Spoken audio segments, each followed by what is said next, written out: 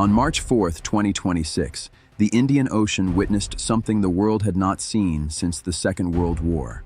An American submarine hunting and sinking an enemy warship with a single torpedo. No warning, no standoff.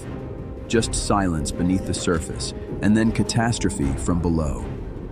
What unfolded that morning was not an isolated incident. It was the climax of a coordinated naval campaign, codenamed Operation Epic Fury, that had been dismantling Iran's fleet ship by ship, day by day.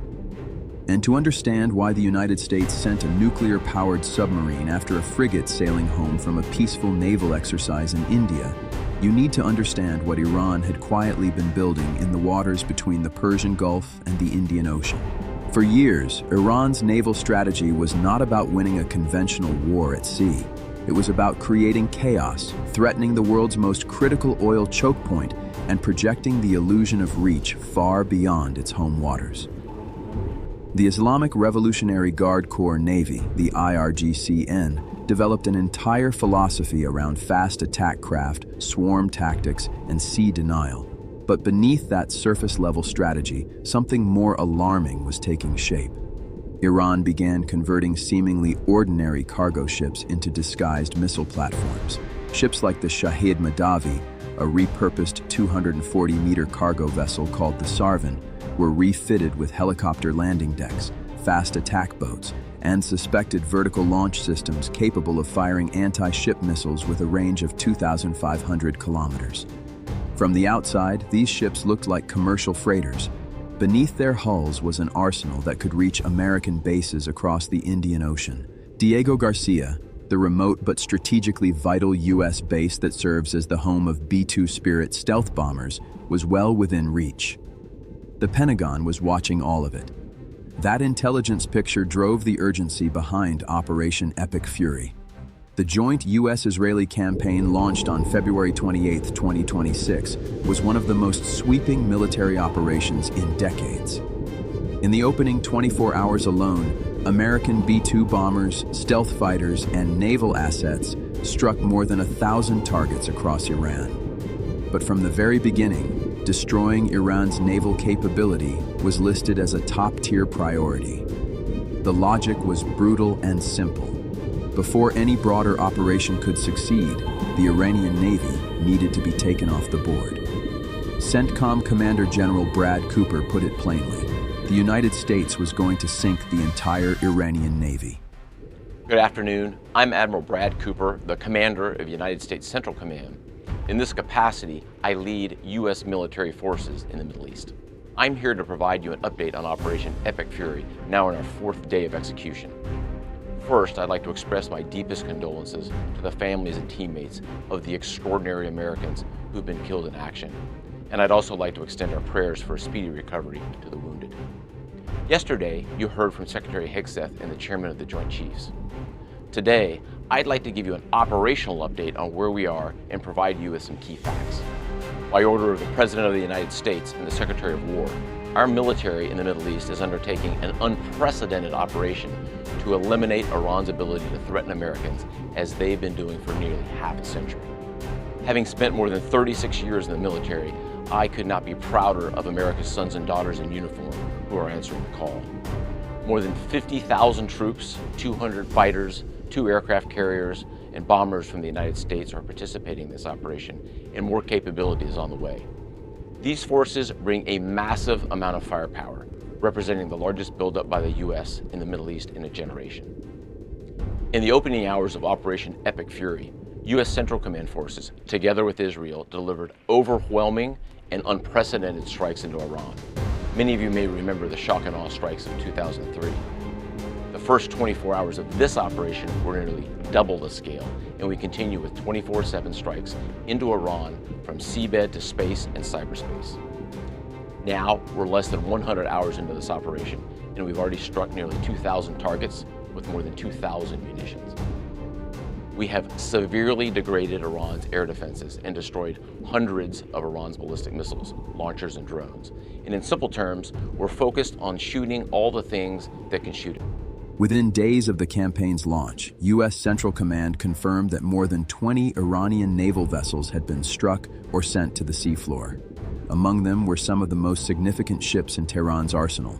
The Iris Makran, Iran's first forward-based ship converted from a Japanese-built oil tanker, was caught at its pier in Bandar Abbas and hit while still moored. The Iris Shahid Bagheri, a 40,000-ton drone and helicopter carrier that had only entered service the previous year, was destroyed within hours of the campaign's opening. It was built on the hull of a container ship, fitted with a ski-jump runway for extended drone operations, and had been quietly commissioned in February 2025. It represented everything dangerous about Iran's modernized naval doctrine, and it was wiped out before it could be used. A Submarine-class corvette was sunk at its pier in Chabahar. The port at Bandar Abbas, headquarters of the IRGC Navy's 1st Naval District, was struck repeatedly. Satellite imagery showed multiple warships burning at their moorings, smoke columns rising from facilities that had taken years to build. Then came the pride of Iran's most modern surface fleet. The Shahid Soleimani class, a line of twin-hulled catamaran missile corvettes that had become one of Iran's most hyped naval programs, was on the target list. The Iris Shahid Sayyad Shirazi, commissioned in February 2024 and among the newest ships in the IRGC-N inventory, was caught near Bandar Abbas and set ablaze. These catamaran corvettes were genuinely formidable on paper. Built for literal combat, they were armed with anti-ship cruise missiles, surface-to-air missiles including the Sayyad 3G with an engagement range of up to 150 kilometers, vertical launch cells for both air defense and strike roles, a large flight deck for drones and helicopters, and the capacity to deploy fast attack boats. Iran had 4 of them when the war began. Because of their aluminum hull construction, a choice made to maximize speed, the ship did not just fracture when hit, the aluminum burned. Within days, the Shahid Soleimani class had effectively ceased to exist as a coherent fighting force. But there was one ship that had escaped the opening strikes. The Iris Dana was not in Bandar Abbas when the bombs fell. She was 2,000 miles away, sailing through the Indian Ocean on the way home from a goodwill visit to India. The Iris Dana was a Mauj-class frigate, Iran's most advanced domestically produced warship type. She had been laid down in 2012 at Iranian Navy shipyards in Bandar Abbas, launched in 2015, and commissioned into the Southern Fleet in 2021. She was named after Mount Dina, the highest peak in the Zagros Mountains. Her armament was significant, and in some respects, she was the most capable ship her class had ever produced. According to Iranian Navy Commander Hossein Khanzadi, the Dina carried greater firepower than any previous Mauj. She was equipped with 4 Gator anti-ship missiles, a 76mm Fajr 27 naval gun, a 40mm anti-aircraft cannon, a 30mm command close-in weapon system, twin 20mm Oerlikon cannons, 12.7mm heavy machine guns, and 2 triple-tube 324mm anti-submarine torpedo launchers. Crucially, she was the first Iranian warship ever fitted with a vertical launch system, a milestone that Tehran had celebrated publicly. Her radar could track multiple targets simultaneously at ranges out to 300 kilometers. Between 2022 and 2023, she and the Iris Makran had completed a historic circumnavigation of the globe, covering more than 65,000 kilometers of sea routes and making port calls in Jakarta, Rio de Janeiro, and Cape Town. She was not just a warship. She was a symbol of what Iran wanted the world to believe its navy had become. On March 4th, it was just before dawn local time.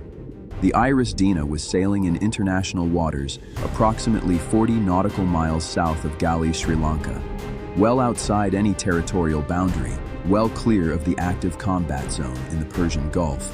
Her crew of approximately 180 sailors had no idea what was waiting beneath the surface.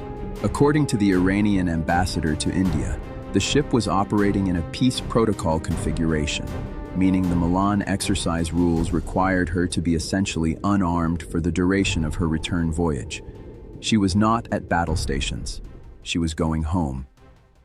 The submarine that had been tracking her was the USS Charlotte, Hull number SSN 766, a Los Angeles-class nuclear-powered fast attack submarine commissioned in 1994. The Los Angeles class was developed during the Cold War as the United States Navy's primary underwater predator, faster, quieter, and more lethal than anything the Soviet Union could put to sea. USS Charlotte belongs to the improved variant of the class, incorporating enhanced sound quieting technologies and upgraded combat systems.